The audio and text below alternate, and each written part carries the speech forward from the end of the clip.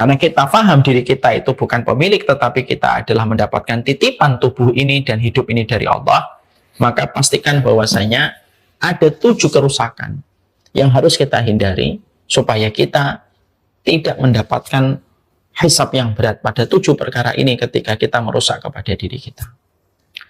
Apa itu? Yang pertama, kata para ulama, kita itu dilarang oleh Allah untuk menjatuhkan diri kita kepada kerusakan yang bersifat agama.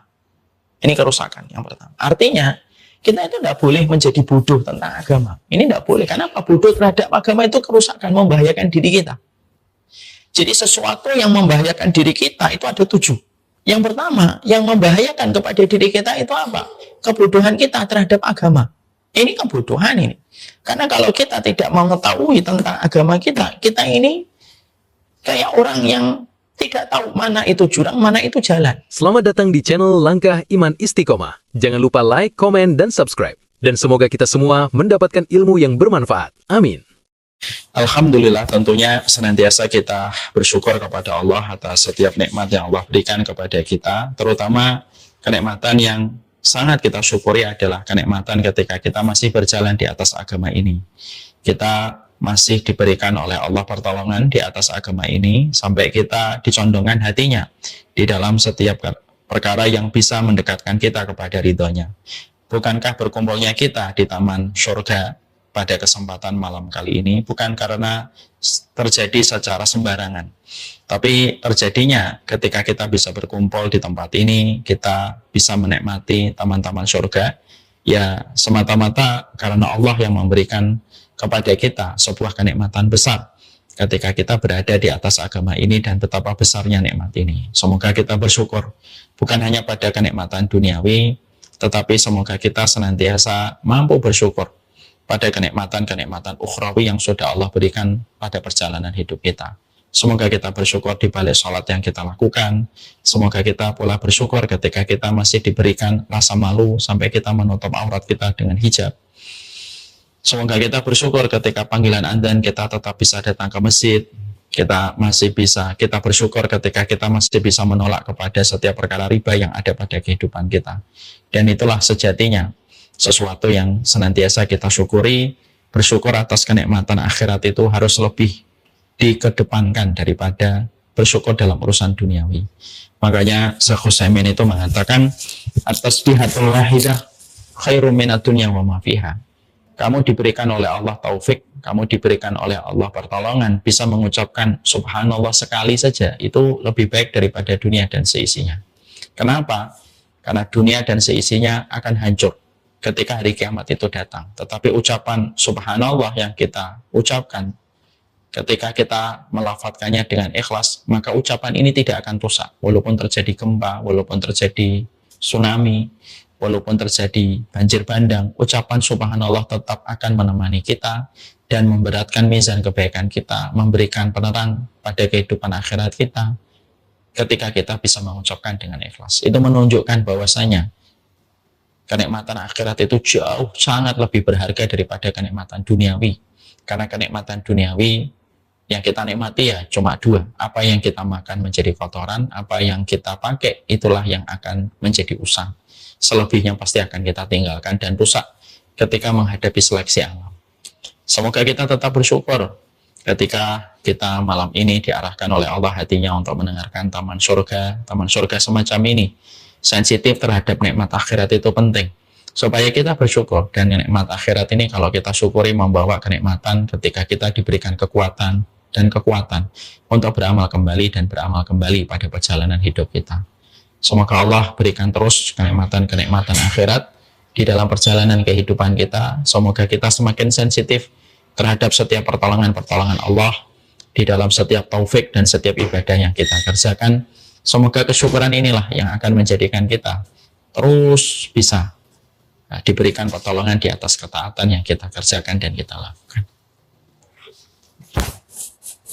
Abi ngajar dulu ya. Boleh? Nunggu di situ boleh? Seluruh santriwati di Rumah Quran Ummu Khadijah, kita akan melanjutkan Qawaid Nabawiyah. Ya. Ini tentunya satu kitab yang luar biasa supaya kita dalam kehidupan kita itu petunjuknya kita itu kepada sabda Nabi dan tentunya firman-Nya Allah. Supaya standar kehidupan kita itu bukan standar TikTok, supaya kehidupan kita tidak standarnya standar Instagram. Tapi standar kita itu adalah petunjuk yang ada di dalam firman-Nya Allah dan ada pada sabda Nabi. Dan kita berada pada kitab yang tepat insya Allah, yaitu Qawaid Nabawiyah, yang disusun oleh Syekh Umar Abdullah bin Muhammad Al-Mubil, ketika beliau memberikan kepada kita 50 kaidah di dalam kehidupan yang sangat basic dan sangat urgen, di mana itu berkaitan tentang sabda Nabi yang betul-betul kita perlukan di dalam petunjuk pada perjalanan hidup kita. Dan kita betul-betul bersyukur kita membahas kitab ini supaya kitab ini senantiasa bisa memberikan kepada kita petunjuk di dalam menghadapi setiap perjalanan kehidupan kita. Kita kemarin sudah membahas ada 8 kaidah. Kaidah yang pertama, innamal a'malu binniyat, yaitu menerangkan kepada kita betapa pentingnya kita selalu sadar bahwasanya hal terpenting yang harus kita lakukan adalah selalu meniatkan apapun yang kita lakukan, selalu apapun yang kita kerjakan itu mengingatkan kita kepada Allah semata. Hadis yang kedua adalah man ahdasa fi amrina hada ma laysa minhu fahuwa raddun. Artinya barang siapa yang menambah-nambahkan di dalam urusan kami maka sesungguhnya tertolak. Artinya bahwasanya agama ini merupakan agama ilmu.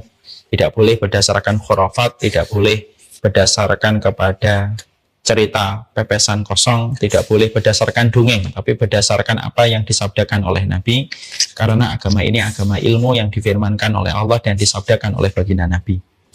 Kaidah ketiga itu adalah agama ini adalah agama nasihat, artinya kita saling membackup dan saling bersinergi untuk kita memberikan masukan-masukan yang terbaik, karena terkadang setiap manusia itu memiliki sisi kelemahan yang terkadang harus diingatkan dengan cara yang baik oleh orang lain dengan nasihat yang dia peroleh. Maka bisa betul-betul runyam kehidupan kita kalau kita tidak mendapatkan nasihat di dalam kehidupan kita, dan nasihat itu masuk di dalam ranah kehidupan yang disampaikan oleh Nabi. Agama ini adalah agama nasihat. Kaidah yang keempat yaitu adalah menjembatani kaidah yang keempat itu innal halala bayyinun wa innal harama bayyinun, yaitu adalah yang haram itu jelas, yang halal itu jelas. Artinya bahwasanya supaya kita paham hidup kita berdasarkan apa yang Allah perintahkan dan apa yang Allah larang. Jadi kaidahnya kehidupan orang yang beriman itu sederhana. Apa yang Allah perintahkan kita kerjakan, apa yang Allah larang kita tinggalkan. Dan sesungguhnya harus berhati-hati terhadap perkara yang mau kemana Basim? Ada teman itu. Maka bahwasanya kita betul-betul menjaga diri dari perkara yang samar-samar. Kaidah yang kelima adalah barang siapa yang diinginkan oleh Allah di dalam kebaikan maka dipahamkan agama. Dan kaidah yang keenam itu adalah tidak akan berkurang harta disebabkan karena sedekah. Kemudian kaidah yang ketujuh adalah ruh itu sebagaimana pasukan terlatih, yang cocok dia akan mendekat, yang tidak cocok dia akan menjauh. Dan kaidah yang kedelapan itu adalah ketaatan itu kita berikan dalam perkara yang ma'ruf. Inilah 8 kaidah yang tentunya di dalam perjalanan hidup kita tidak akan lepas dari kaidah-kaidah itu untuk kita terapkan di dalam perjalanan hidup. Kita akan membahas kaidah yang ke-9. Kaidah ke-9 itu bercerita tentang sabda Nabi Shallallahu Alaihi Wasallam, bahwasanya hadis ini merupakan sebuah hadis yang diriwayatkan dari berbagai macam jalur. Salah satunya hadis ini disampaikan di dalam riwayat Ibnu Majah dari Darul Qutni. Dan ini juga diriwayatkan pula dan disampaikan Imam Malik dalam kitab Muwatta'nya secara mursal. Dan ini merupakan salah satu hadis yang juga disebutkan di dalam sunannya Ibnu Majah dan Imam Baihaqi di dalam Sunan Al-Kubra. Hadis ini menceritakan tentang sebuah kaidah yang dikatakan oleh Nabi Shallallahu Alaihi Wasallam, la dharara wa la dirar, yaitu adalah janganlah kamu membahayakan orang lain dan janganlah kamu membahayakan diri kamu sendiri. Kaidah ini merupakan kaidah yang penting sekali, karena hadis ini setidaknya sebelum kita membahasnya secara lebih menukik, kita harus paham bahwasanya ternyata Islam itu merupakan agama yang betul-betul utuh. Sehingga Islam itu merupakan agama yang betul-betul memberikan kebaikan dan kemaslahatan di dalam kehidupan kita. Dan tidak ada aturan di dalam agama kita, baik itu perintah ataupun larangan, kecuali adalah memberikan kebaikan kepada kehidupan kita dan menahan kita dan mencegah kita dari berbagai macam kerusakan. Agama kita itu menahan kita supaya kita tidak masuk kepada kobaran api yang bisa menghanguskan kita. Agama kita dan sunnah kita itu sebenarnya, dan sunnah Nabi itu menahan kita supaya kita tidak tenggelam dengan gelombang yang begitu deras pada kehidupan. Dan agama kita dan sunnah kita itu menyelamatkan kita dari terjalnya jurang dan tebing yang begitu curam, supaya kita mendapatkan kebaikan dan mendapatkan keselamatan. Hadis ini juga memberikan arti kepada kita bahwasanya tidak ada Rob yang paling menginginkan supaya kita mendapatkan kebaikan dalam kehidupan kecuali Allah, dan tidak ada lelaki yang paling mengharapkan supaya kita senantiasa terjaga dari berbagai macam kerusakan kecuali adalah baginda Nabi Shallallahu Alaihi Wasallam. Makanya hadis ini memberikan arti yang pertama kepada kita, betapa luar biasanya hadis ini sangat mencintai kita. Makanya setiap syariatnya tidak bermaksud untuk menahan kita, dan setiap syariatnya itu tidak bermaksud untuk memenjarakan kita, tetapi setiap syariatnya itu hanya satu, supaya kita mendapatkan kebaikan dan supaya tidak terjadi kemadharatan dan bahaya yang bisa menimpa kepada kita, dan supaya kita pun tidak boleh membahayakan orang lain dan menimbulkan kemadharatan. Ini menunjukkan bahwasanya inilah maksud di setiap perintah dan setiap larangan. Imam Ibnu Qayyim itu berkata, tidak ada larangan kecuali satu, bukan untuk memenjarakan kita dan menyempitkan kehidupan kita ketika kita menjumpai ini dilarang, itu dilarang. Larangan itu cuma satu, yaitu adalah supaya kita tidak terjerumus kepada satu bahaya yang menimpa kepada kita, dan supaya kita pun tidak membahayakan orang lain. Ya, jadi semua larangan di dalam kehidupan kita jangan diartikan, wah Islam itu memenjarakan, Islam itu membuat sempit. Islam tidak pernah membuat sempit, dan Islam itu tidak pernah memenjarakan setiap pemeluknya, tetapi justru membebaskan. Larangan itu justru membebaskan kita supaya kita jangan sampai terjerumus kepada kerusakan. Makanya hadis ini sampai begitu agung ketika Nabi mengatakan jangan membahayakan dirimu, jangan membahayakan orang lain, supaya betul-betul tidak terjadi sebuah mara bahaya yang menimpa kepada kita di dalam apa yang kita kerjakan ketika kita menjalani kehidupan. Kita akan membahas, karena kita sudah membahas mukadimahnya secara panjang lebar, kita mulai masuk kepada pembahasan. Maka di dalam hadis ini ternyata Nabi memberikan kepada kita sebuah aturan, bahwasanya aturan kita di dalam menjalankan kebenaran itu adalah jangan sampai pada kehidupan yang kita jalani itu membahayakan diri kita dan membahayakan orang lain. Kalau kita membedah, yang pertama yaitu membedah supaya kita tidak membahayakan diri sendiri. La dharara wa la dirar. Jangan membahayakan diri sendiri dan jangan membahayakan orang lain. Kita bahas yang pertama, jangan membahayakan diri sendiri dulu, sebelum nanti kita membahas tentang larangan membahayakan orang lain. Kita tentunya paham ketika Nabi memberikan larangan keras dan tegas kepada kita bahwasanya kita tidak boleh membahayakan diri kita sendiri. Ini setidaknya memberikan kepada kita pelajaran. Pelajaran pertama yaitu adalah diri kita itu dan apapun yang ada pada milik kita itu bukan kita pemiliknya, tapi Allah. Pemiliknya itu Allah. Sehingga ketika kita punya badan, kita punya harta gitu, jangan pernah merasa bahwasanya itu milik kita, tapi itu tetap miliknya Allah semuanya. Ya. Karena ketika Allah mengatakan jangan membahayakan diri kamu sendiri, ini datang dari pemiliknya. Berarti Allah itu menitipkan kehidupan ini kepada kita. Lalu Allah sebagai pemilik dari kehidupan dan apapun yang Allah berikan kepada kita, Allah pula yang mengatakan kepada kita lewat sabda Nabi, jangan membahayakan diri kita. Ini supaya kita paham, banyak orang ketika mereka itu mendapati tubuh mereka, ketika mereka menjumpai harta mereka, mendapatkan rekening mereka, mereka itu merasa bahwasanya itu miliknya. Yonda, kita ini semuanya miliknya Allah. Semua itu miliknya Allah. Dan ini merupakan salah satu di antara pikiran yang bisa membuat kita itu terbuka, bahwasanya apapun yang kita miliki itu, apapun yang ada pada kehidupan kita itu hanya Allah pemiliknya. Makanya ketika kita mengucapkan kalimat istirja, ini kalimat powerful sekali, ini kalimat yang kuat sekali. Ketika kita mengatakan inna lillahi wa inna ilaihi rajiun. Kalimat ini sangat kuat sekali terutama di awal ketika kita mengucapkan kalimat istirja ini. Kalimat istirja ini dimulai dengan sebuah penegasan. Inna lillahi. Kita ini semuanya miliknya Allah. Jadi kukumu, tanganmu, bibirmu, mulutmu, matamu, jantungmu, pankreasmu, paru-parumu, itu semuanya miliknya Allah. Dan sesungguhnya kita akan kembali kepada Allah. Artinya ini akan dikembalikan lagi kepada Allah dan tentunya kita akan dimintain pertanggungjawaban oleh Allah. Ini pinjaman dari Allah dan pinjaman ini ada hitung-hitungannya. Makanya ketika Nabi mengatakan dalam hadis Ibnu Majah ini yang juga diriwayatkan dari jalurnya Imam Baihaqi, maka hadis ini memberikan pelajaran telak untuk kita. Semuanya itu bukan milik kamu. Makanya tidak boleh membahayakan diri kamu. Karena banyak orang beranggapan, oh badan-badan saya sendiri kok diatur-atur. Kenapa badan saya sendiri diatur sama orang lain? Loh, itu tuh bukan badan kamu. Itu pinjaman dari Allah.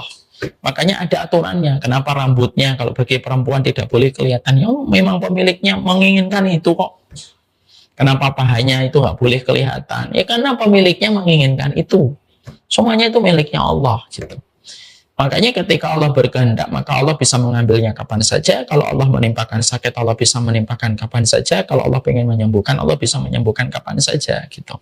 Sehingga akhirnya salah satu di antara pelajaran penting dalam tauhid, tidak ada yang kita miliki. Sampai harta pun itu semuanya miliknya Allah. Makanya kan di dalam agama kita tidak boleh mubadzir, tidak boleh membuang-buang harta. Karena apa? Walaupun memang itu harta kamu dapatkan, tapi itu sejatinya milik Allah. Kalau Allah tidak berkenan kamu memilikinya, dan Allah tidak berkenan menitipkan kepadamu, mungkin ya kamu tidak akan mendapatkan harta itu. Sehingga hadis ini bukan hanya menjelaskan tentang sisi fikih, apa saja perkara yang tidak boleh kita lakukan ketika membahayakan diri kita dan orang lain, tapi sebenarnya hadis ini justru memberikan kepada kita sebuah pelajaran besar sekali. Ini tentang akidah, ini tentang tauhid. Bahwasanya badan kamu itu tidak boleh kamu atur sendiri karena itu titipan dari Allah. Ya kan? Inilah yang membedakan bagi orang yang mungkin pada beberapa kondisi. Ada beberapa orang dalam beberapa kondisi itu masih merasa dialah yang memiliki badannya. Sehingga semua maunya dia. Sehingga ketika disampaikan kepadanya tentang larangan-larangan, mereka akan menolak keras. Mereka denial dengan kuat sekali tentang larangan itu. Karena mereka merasa mereka punya kok. Ini harta-harta sendiri kok. Kamu kok yang bawel gitu. Kenapa bawel? Kenapa syariat nggak boleh? Ini kan hadis ini adalah milik saya sendiri gitu. Nah ini salah. Jadi mari kita sadarkan diri kita mulai hari ini dengan hadis ini bahwasanya tidak ada yang kita punya. Allah bisa ngambil kapan saja. Dan kalau itu memang milik kita, tentunya kita bisa mengatur sesuai dengan apa yang kita mau. Tapi kita nggak bisa ngatur apa yang kita mau. Badan kita aja nggak bisa kita atur. Ada orang nggak pengen kena jantung, tapi kena jantung. Ada orang dia tidak pengen kena ginjal. Qadarullah dia kena ginjal. Dia nggak bisa ngatur. Badannya pun dia tidak ada, itu miliknya Allah. Makanya kalau hari ini ada fenomena orang sampai operasi plastik gitu ya. Dan tidak malu ketika mereka melakukan itu gitu. Padahal itu merubah dari ciptaan Allah gitu. Lalu mereka berdalih bahwasanya badan-badan saya sendiri, mau saya apa-apakan terserah saya sendiri. Mengatakan bahwasanya ini badan-badan saya sendiri aja sudah salah. Karena kalimat itu tidak ada di dalam Quran dan kalimat itu tidak ada di dalam hadis. Apalagi ketika mendapatkan titipan lalu kamu mengubah-ubahnya dan merubah-rubahnya sesuai dengan apa yang kamu mau. Ingat, tidak ada takdir produk, tidak ada produk takdir yang salah, tidak ada produk fisik yang kurang. Yang kurang itu kacamata kita yang tidak pernah merasa puas. Dan selalu berkeluh kesah. Halua, kita ini selalu berkeluh kesah. Ya? Maka janganlah kita merasa betul bahwasanya kita yang memiliki. Nggak ada yang kita miliki. Ya? Sehingga akhirnya semua aturan itu diatur oleh Allah sebagai penitip dari apa yang kita sedang dapatkan hari ini. Allah menitipkan kuku, Allah menitipkan jantung, Allah menitipkan semua yang ada pada kehidupan kita itu Allah titipkan dan Allah uji dengan apa yang Allah titipkan itu. Bagaimana caranya kita untuk melakukan, untuk bisa memberikan yang terbaik dari amal soleh kita. Karena pada dasarnya tidak ada satupun dari kehidupan ini yang kita miliki kecuali titipan dari Allah. Ya.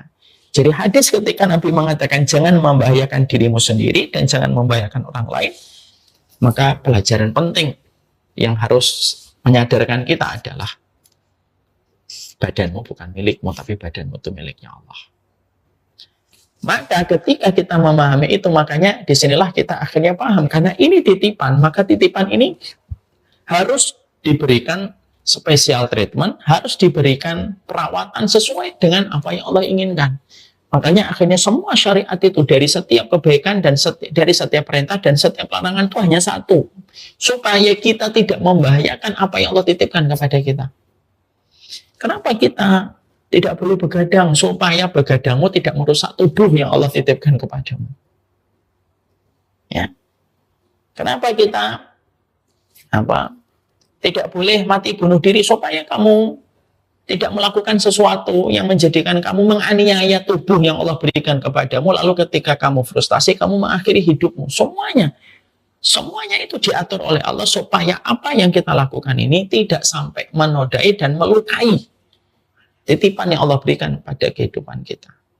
Titipan ini harus kembali dengan cara yang Allah ridhoi, dengan amalan terbaik yang kita kerjakan. Sekali lagi, kita semuanya tidak ada satupun yang memiliki barang. Baik harta kita, titipan dari Allah. Baik itu adalah badan kita, titipan dari Allah. Dan ketika ini titipan, kita tidak akan pernah merasa preman dengan kehidupan kita. Tetapi kita akan kembalikan bagaimana titipan ini bisa dikembalikan dengan cara yang terbaik pada apa yang Allah ridhoi. Ketika kita sadar, barang ini adalah titipan Allah yang akan dimintain pertanggungjawaban. Maka itu merupakan tauhid yang kita dapatkan ketika kita membahas perkara ini. Inilah pula yang menjadikan kita akhirnya paham. Kita bahas yang pertama, yaitu adalah bagaimana Nabi memberitahukan kepada kita bahwasanya jangan sampai kita membahayakan diri kita sendiri. Allah lalu berfirman di dalam surat Al-Baqarah 195, wala tulqu biaidikum ila tahlukah. Janganlah kalian itu menjatuhkan diri kalian pada satu kebinasaan. Artinya bahwasanya Allah pun meletakkan sebuah pagar yang begitu jelas bahwasanya kita ini tidak diperbolehkan untuk menjatuhkan diri kita kepada kerusakan. Makanya Allah lalu juga menyampaikan kepada kita di dalam surat An-Nisa ayat 29, wala taqtulu anfusakum, jangan kalian bunuh diri kalian sendiri. Kenapa? Ya karena pada dasarnya semua ini miliknya Allah semata, dan sesungguhnya apapun perkara yang bisa mengakibatkan terluka titipan ini akan dimintain pertanggungjawaban oleh Allah. Ya, makanya saya terkesan dengan kalimat yang pernah disampaikan oleh, kalau tidak salah, Dr. Zaidul. Dia pernah mengatakan, kalau bisa kita kembalikan tubuh ini kepada Allah tanpa ada sakit yang membebani, maka itu jauh lebih baik daripada kita mengembalikan tubuh ini dalam kondisi sakit. Artinya kalau masih bisa kita ikhtiarkan untuk sehat, ya sehatlah. Dan jangan sampai kita memperlakukan tubuh kita itu semau-maunya gitu. Karena sekali lagi ini titipan. Yang mana titipan ini Allah menguji kita. Allah menguji kita lewat lisan, lidah, Allah menguji kita lewat perut. Dan Allah melihat apakah kita akan memperlakukan titipan ini dengan titipan yang terbaik. Makanya jangan memperlakukan diri kita semau-maunya. Kita tahu yang benar, kita tahu yang salah. Tinggalkan yang salah, lakukan yang benar. Supaya kita tidak mendolimi kepada diri kita. Oleh karena itu, maka akhirnya para ulama lalu menyampaikan kepada kita. Ketika Nabi mengatakan bahwasanya tidak boleh bagi kita untuk merusak dan mendatangkan kerusakan, melakukan perbuatan-perbuatan yang bisa melukai kepada diri kita gitu. Maka setidaknya ada berbagai macam perkara ya dari 7 kerusakan yang harusnya kita hindari pada kaidah ini. Jadi karena kita paham diri kita itu bukan pemilik, tetapi kita adalah mendapatkan titipan tubuh ini dan hidup ini dari Allah, maka pastikan bahwasanya ada 7 kerusakan yang harus kita hindari supaya kita tidak mendapatkan hisab yang berat pada 7 perkara ini ketika kita merusak kepada diri kita. Apa itu? Yang pertama, kata para ulama, kita itu dilarang oleh Allah untuk menjatuhkan diri kita kepada kerusakan yang bersifat agama.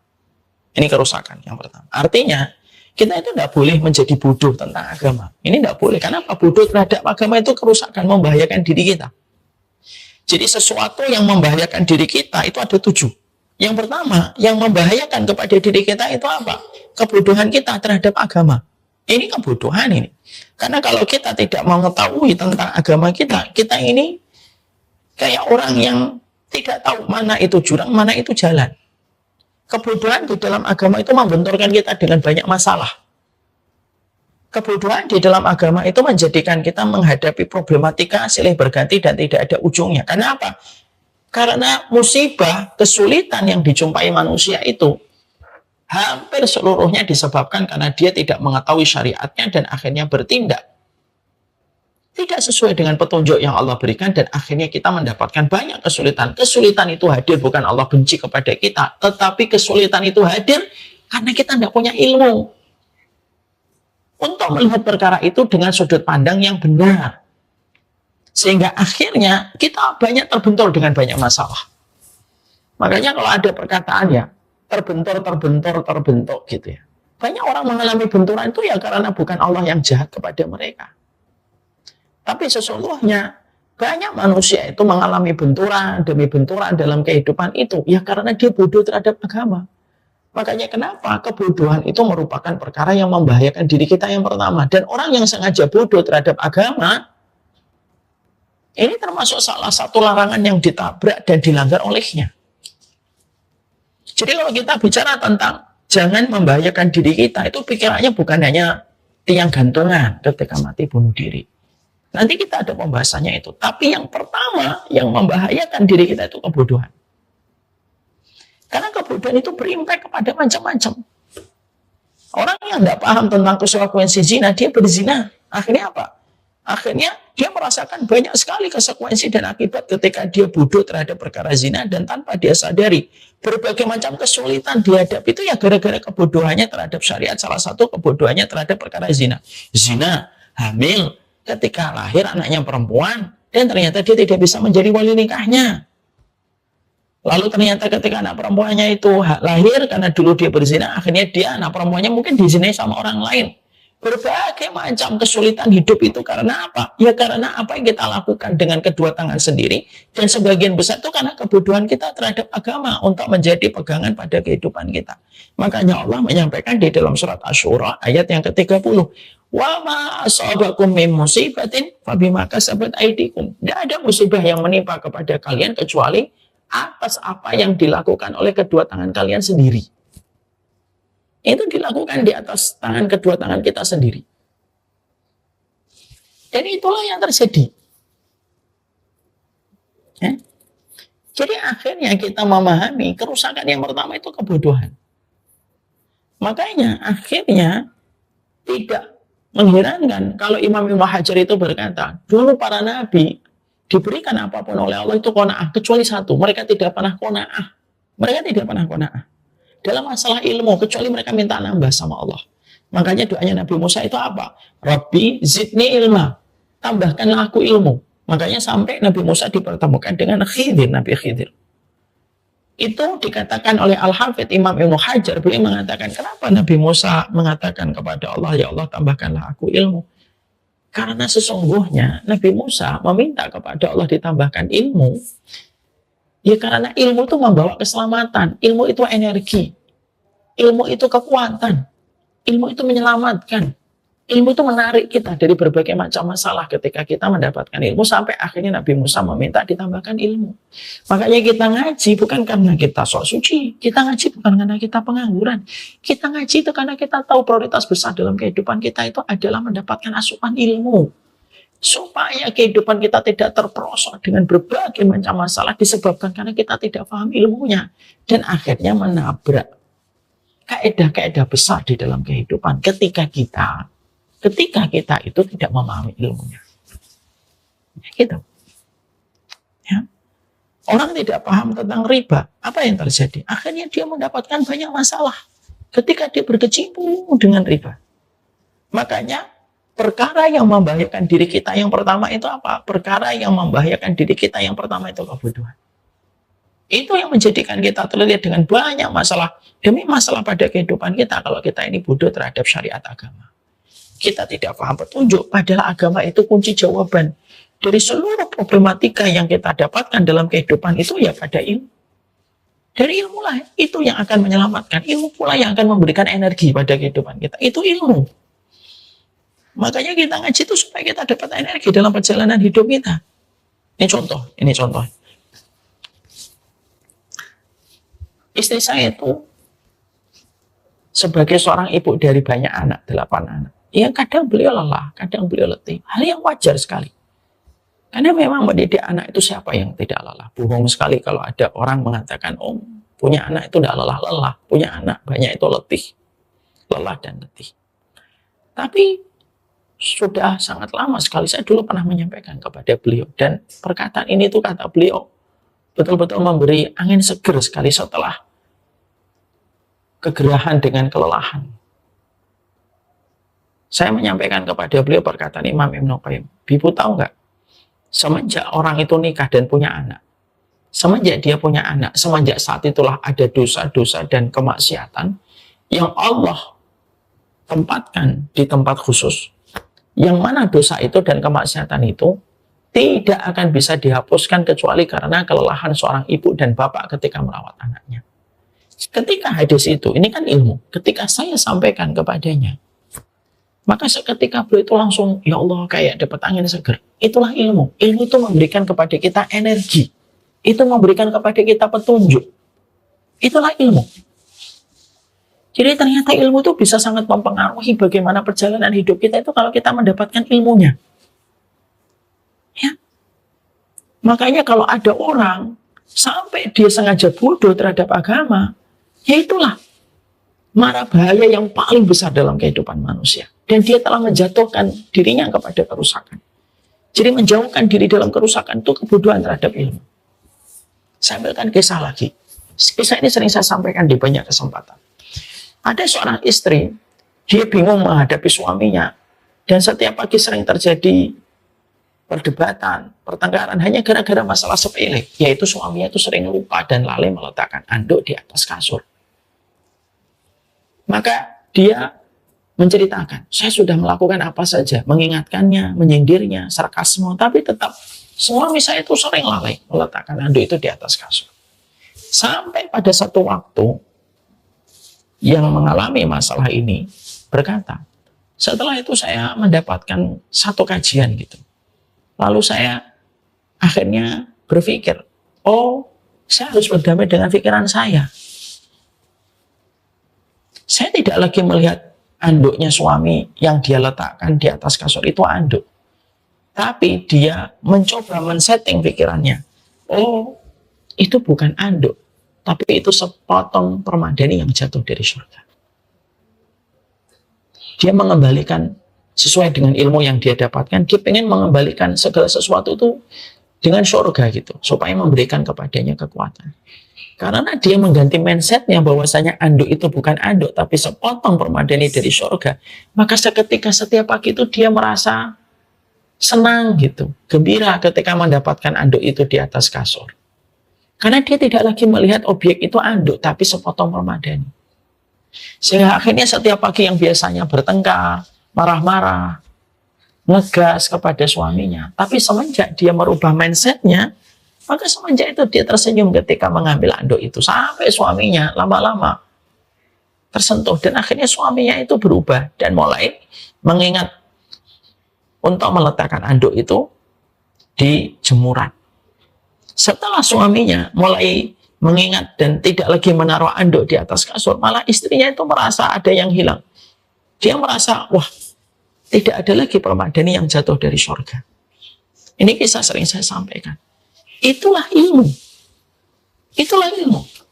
Makanya kerusakan pertama ketika kita membahayakan diri kita sebelum kita membahas tentang narkoba, narkotik, maka sesungguhnya mara bahaya yang pertama yang sangat membahayakan kepada hidup kita itu kebodohan kita.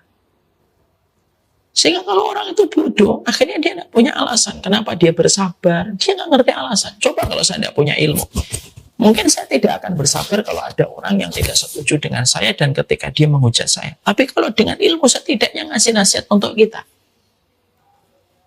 Semuanya kekacauan yang terjadi di atas muka bumi ini selalu terjadi karena orang itu, kebanyakan manusia, itu mengikuti kebodohannya ketika membahayakan diri mereka, tidak mau belajar kepada agama, sehingga akhirnya mereka terbentur dengan berbagai macam masalah, membahayakan diri mereka sendiri, membahayakan kehidupan orang lain, yaitu karena kebodohan. Wanita yang hamil sebelum nikah membahayakan dirinya, menyempitkan dada orang tuanya karena bodohnya dia sendiri. Ketika dia mau diperlakukan seorang laki-laki untuk menjadi sasaran syahwatnya. Inilah kebodohan. Kebodohan itu luar biasa. Makanya akhirnya tidak ada perkara yang paling ditakutkan oleh setan. Tidak ada perkara yang paling ditakutkan para nabi kecuali bodoh. Dan tidak ada perkara yang paling disenangi oleh setan kecuali kebodohan. Yang paling disenangi oleh setan itu kebodohan. Kenapa? Karena orang bodoh itu gampang untuk memakan dan menyambar umpan yang mereka pasang dari kalangan setan itu. Penipu itu paling senang sama customer yang bodoh, yang tidak hati-hati. Jadi kalau dia bodoh, itu paling dijadikan sasaran empuk. Dibohongi masalah kuis berhadiah, dibohongi dengan SMS dan WhatsApp yang sisanya macam-macam. Siapa sasaran empuknya para penipu-penipu ini? Orang-orang bodoh. Nah itulah kebodohan. Kebodohan itu merusak diri, merusak agama, merusak masyarakat, merusak negara, itu kebodohan. Ini perkara yang paling fatal. Ketika seseorang itu terjatuh dan terperosok di dalam kebodohan itu. Makanya akhirnya kita mulai memahami kenapa Nabi selalu melazimi Allahumma inni as'aluka ilman nafi'an. Kenapa Nabi selalu memohon kepada Allah supaya diberikan ilmu yang bermanfaat? Ya karena beliau tahu betul akibat dari kebodohan itu luar biasa. Pada zaman Nabi, akibat dari kebodohan itu menyebabkan bisa jatuhnya orang dalam kematian. Dalam satu riwayat yang sahih, disebutkan ada orang terluka parah, tapi pada waktu masuk sholat, orang ini itu tidak bisa melakukan bersuci karena lukanya. Lalu dia bertanya kepada seseorang. Lalu orang ini memberikan jawaban dengan kebodohan. Wajib bagimu untuk bersuci. Akhirnya dia memaksakan dirinya bersuci dan akhirnya meninggal dunia.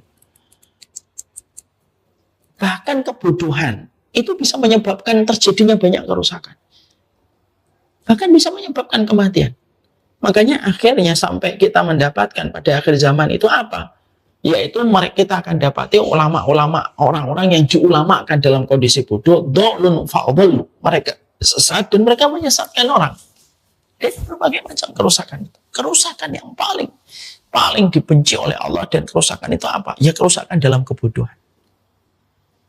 Jadi ketika Allah mengatakan wala tulqu bi aydikum ila tahlukah, janganlah kamu menjatuhkan dirimu di dalam kerusakan. Kerusakan yang paling besar itu yang pertama itu kerusakan di dalam kebodohan. Yang Allah sampaikan di dalam surat Al-Baqarah 195 tadi. Al-Dharar ad-dini. Kerusakan agama itu dari kebodohan tersebut. Kalau orang sudah rusak agama, Masya Allah itu. Betul-betul akibatnya itu jauh sekali dari agama Allah.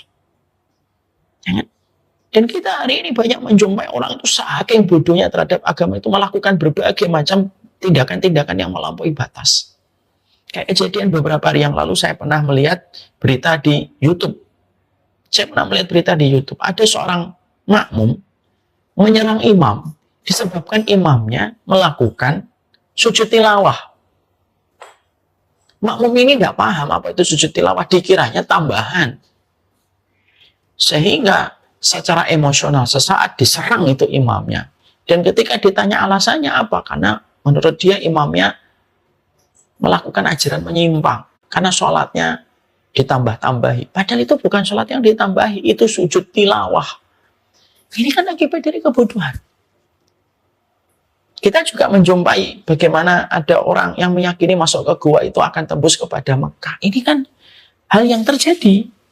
Dan ini kita harus sadar bahwasanya kebodohan itu merupakan perkara yang sangat membahayakan betul dalam kehidupan. Bahkan tidak ada musuh negara kecuali yang pertama itu kebodohan sebelum kemiskinan. Musuh peradaban itu juga sama, kebodohan itu. Ya. Makanya kebodohan itu termasuk salah satu dosa besar. Dalam Islam itu kebodohan. Jadi jangan kita menganggap bahwasanya orang yang bodoh itu Mereka tidak melakukan dosa. Orang yang bodoh itu melakukan dosa besar. Mana dalilnya bahwasanya kebodohan itu bukan hanya berdampak kepada bahaya yang besar, tapi ini juga sudah terkategori sebagai tindakan pidana tingkat berat. Kalau dalam bahasa pidana hari ini, kalau hukumannya di atas 10 tahun, tingkat pidana di hadapan Allah yang berat itu salah satunya bukan hanya zina, bukan hanya khamr, tapi salah satu di antara tindakan pidana kelas berat yang dilakukan seorang hamba di hadapan Allah itu apa? Bodoh. Sengaja bodoh dan tidak mau peduli tentang agama. Ya. Kadang-kadang akhirnya yang ironis adalah ketika kita mengetahui ada yang bodoh terhadap agama tapi pintar sekali dalam urusan dunia, ini kan sebenarnya nggak boleh. Pintar agama boleh, bahkan punya keutamaan, tapi tetap tidak boleh bodoh terhadap agama, terutama masalah-masalah usul dan masalah-masalah pokok. Garis besar haluan agama ini tidak boleh dia merasa bodoh, tidak boleh dia bodoh terhadap perkara itu. Makanya Allah lalu menyampaikan kepada kita di dalam surat As-Sajdah. Di dalam surat As-Sajdah, coba kita buka. Di dalam surat As-Sajdah, ayat yang ke-22, Allah itu berfirman, "Waman adlamu mimman dzukira bi ayati rabbih, summa a'rada anha, inna minal mujrimina muntakimun."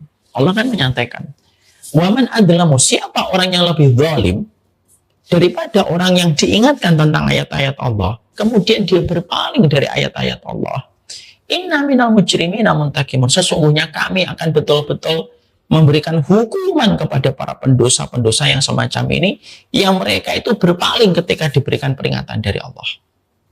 Ayat ini bicara untuk siapa? Orang yang mereka diturunkan kitabullah dan diturunkan petunjuk sunnah, tapi mereka itu berpaling. Berpaling itu apa? Dia tahu tapi tidak peduli. Itu termasuk berpaling. Ketika dia itu tahu tetapi dia berpaling, menjadikan dia itu bodoh terhadap syariat yang Allah turunkan. Lalu Allah menutup ayat tersebut, inna minal mujrimina muntakimun. Kepada orang-orang semacam ini Allah akan menimpakan betul-betul hukuman. Kenapa? Orang yang sengaja meninggalkan peringatan Allah dan tidak mau mempelajarinya sampai dia tidak tahu apa-apa tentang agama, itu betul-betul mendapatkan hisab yang berat. Jadi tidak semuanya orang bodoh itu langsung nanti dimaafkan sama Allah. Jadi ada orang bodoh yang dimaafkan oleh Allah, ada orang yang bodoh yang harus melalui hisab dulu. Ditanya dulu oleh Allah, kenapa dia bodoh? Apakah tidak ada ulama yang hidup satu masa dengannya? Apakah tidak ada majelis ilmu yang didirikan di sekitarnya? Apakah tidak ada kitab yang ditinggalkan para ulama? Apakah tidak ada orang solih yang mengingatkan dirinya? Itu semuanya akan dijawab dulu untuk bisa memastikan kebodohannya itu dimaafkan oleh Allah atau tidak. Makanya sampai kita juga menjumpai di dalam Al-Quran itu ketika Allah itu menceritakan tentang orang-orang yang kufur kepada Allah. Orang-orang kufur kepada Allah itu sifatnya apa sih? Di dalam surat Ar-Rum ayat yang ke-7. Mari kita buka.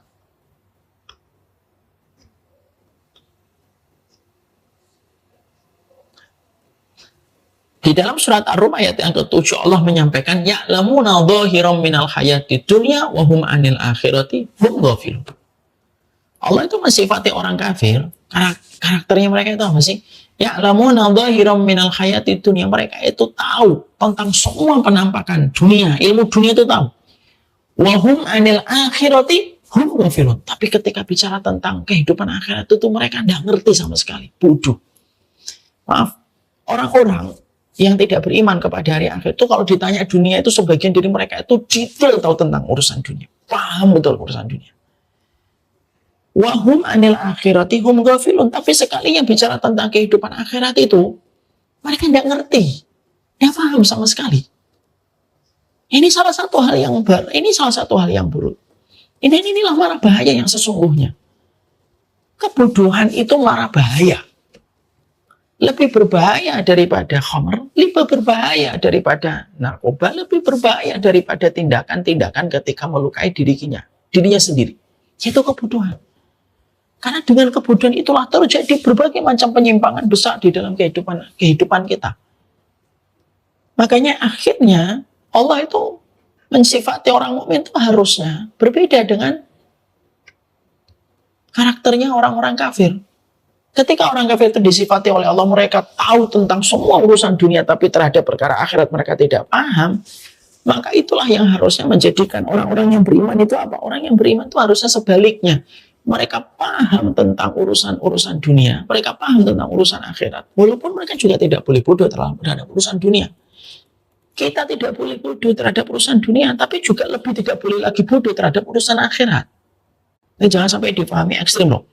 Tidak apa-apa bodoh dunia, yang penting bodoh akhirat. Itu kalau bisa jangan gitu. Kalau bisa kita tetap belajar ilmu duniawi, supaya kita tidak menjadi korban dari orang yang memanfaatkan kita. Tapi perkara akhirat itu lebih kita prioritaskan. Ya. Kita tetap harus ada yang belajar kedokteran, tetap harus ada yang belajar IT, tetap harus ada yang belajar arsitektur, tetap ada. Tapi jangan sampai mereka tidak paham sama sekali tentang kehidupan akhirat dari perkara-perkara ukhrawi yang dipelajari. Jadi disitulah akhirnya kita paham kebodohan itu menyebabkan banyaknya kerusakan dalam kehidupan kita. Contoh saya ambilkan contoh lagi. Pada zaman Imam Abu Hanifah itu pernah menjumpai ada orang maling buah di salah satu rumahnya orang. Imam Abu Hanifah menyusul orang itu karena ingin mengingatkan. Ternyata orang itu berjalan cepat dan ternyata sebagian buah yang dicuri dari satu halaman rumah orang itu sama pencuri buah ini sebagian buahnya diberikan kepada pengemis-pengemis di pinggir jalan. Ketika akhirnya Imam Abu Hanifah menyusul orang ini, lalu Imam Abu Hanifah mengatakan, kenapa kamu mencuri buah miliknya orang lain? Orang itu tidak terima dan berkata, iya saya memang curi, tapi kamu jangan salahin saya. Kenapa kamu tidak mau disalahin karena kamu telah mencuri? Iya kan sebagian buah yang aku curi ini kan sudah aku infakkan separuhnya. Dan kita harus tahu, setiap pahala kebaikan itu dilipat gandakan oleh Allah 10. Jadi pahala saya itu sudah dilipat gandakan. Lah, kelipatan itu untuk menghapuskan dosa saya ketika mengambil buah itu tanpa izin. Jadi orang itu pede bahwasanya buah yang separuhnya diinfakkan itu menghapuskan dosa mencurinya, supaya yang dicuri sebagian itu jadi halal baginya.